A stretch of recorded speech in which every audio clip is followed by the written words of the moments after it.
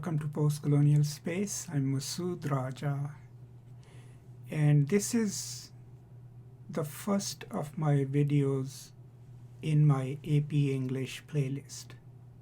And we're starting with poetry.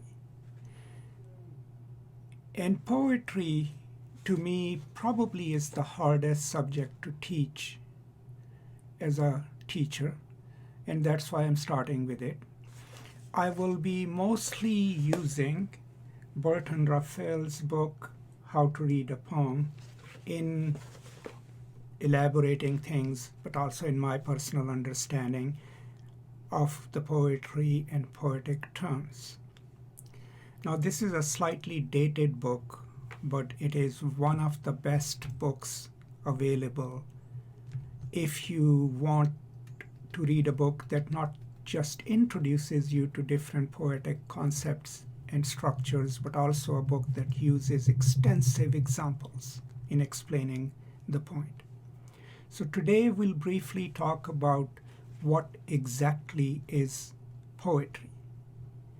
And he defines poetry, and I'll put the definition on the screen as well, as poetry is a disciplined, compact verbal utterance in some more or less musical mode, dealing with aspects of internal or external reality in some meaningful way. That's the simplest possible definition of poetry that Bertrand Russell gives us. Now, let's look at it slightly critically. So it's a compact form of writing which has to have some element of rhythm and musicality to it.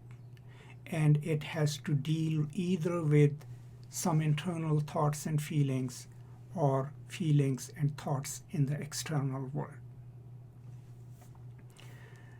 Now, already, if you are slightly familiar with the poetic traditions of the world, you realize that this could apply to lyrical poems, right, which are short poems, the sonnet, the ghazal in Urdu and Persian.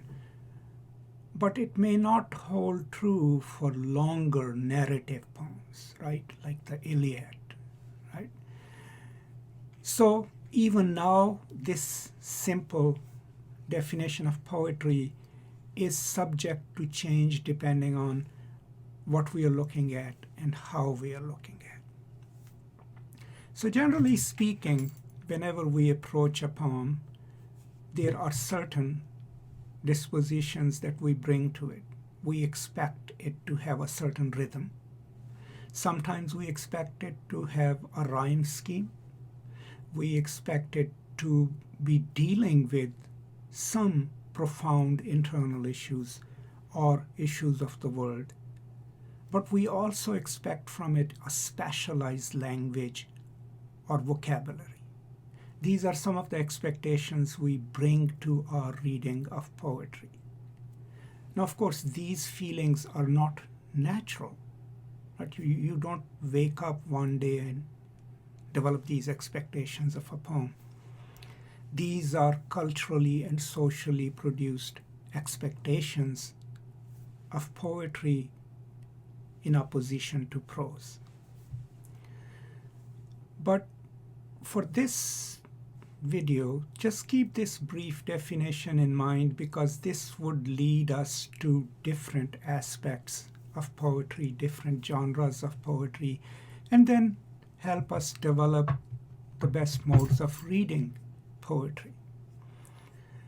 Now, since the last part of the definition is about representation, about internal or external feelings, meaningfulness, we also have to then understand that poetry, all poetry pretty much, at least works at two levels, right? And those are the literal vocabularies that it employs and the figurative vocabularies that it employs.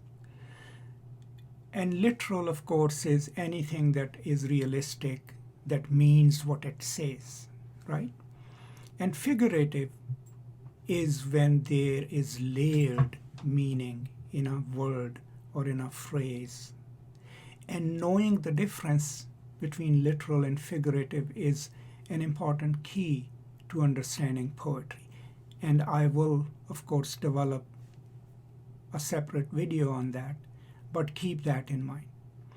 Now, if we go beyond Professor Raphael's book, a lot of linguists, especially people who wrote about poetry, especially poetic expression, one other idea that comes through in one of the linguists' work is that the poetic language is a specialized language.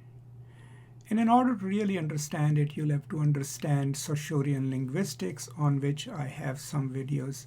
But the poetic diction or poetic language is specialized because it's usually not literal. So when we extrapolate from a verse or read a couplet, we are reading first on one level, which is what does it say?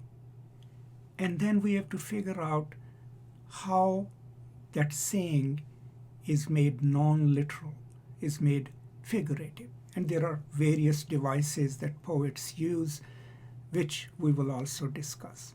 So today, just a brief introduction to what is poetry, a brief, precise definition which may or may not hold true, but it's good to keep in mind that when you are encountering poetry, what you're looking for, and the definition that I just invoked in the beginning, is that it's a disciplined, compact verbal utterance in musical modes, more or less, dealing with aspects of internal or external reality.